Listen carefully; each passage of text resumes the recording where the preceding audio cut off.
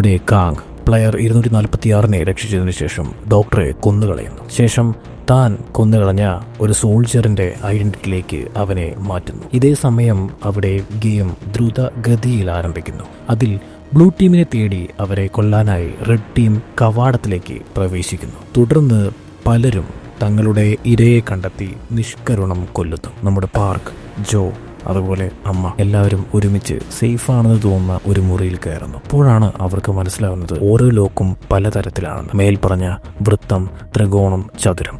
ഭാഗ്യവശാൽ ഇവരുടെ 3 പേരുടെയും ചാവി ഈ 3 തരത്തിലായിരുന്നു. ഇതേ സമയം സിയോ കാങ് ഡിഹോയെ കൊല്ലാൻ വേണ്ടി തേടി നടക്കുന്നു. പക്ഷേ അവനും ജീവന് ഭയന്ന് ഓടുന്നു. നമ്മുടെ ജോയുടെ ബോയ് ഫ്രണ്ട് മ്യൂങ് ജി, അതുപോലെ തന്നെ താനൂസിനൊപ്പം ഉണ്ടായിരുന്ന ഡ്രഗ് അഡിക്റ്റ് ന്യാം ഗ്യൂ ഇവനോടുകൂടെ ചേർന്ന് ഓരോരുത്തരെ കണ്ടെത്തി പരസ്പര ധാരണയിൽ കൊല്ലുന്നു. ഇപ്പോൾ എല്ലാവരും കളിയാക്കുന്ന പേടിത്തൊണ്ടനായ മിൻസു ആരും കാണാതെ അവൻ റെഡ് ടീമിൽ ആണെങ്കിലും ആരെയും കൊല്ലാൻ സാധിക്കാതെ ആശയക്കുഴപ്പത്തിൽ അലയുന്ന സമയം ന്യാംഗുവിന്റെ കയ്യിൽ നിന്നും അവൻ പോലും അറിയാതെ നഷ്ടപ്പെട്ട ഡ്രഗ് അവന് ലഭിക്കുന്നു. ഒന്നും ചിന്തിക്കാതെ ഒരു ധൈര്യത്തിന് വേണ്ടി അവനും ആ ഡ്രഗിനെ ആശ്രയിക്കുന്നു.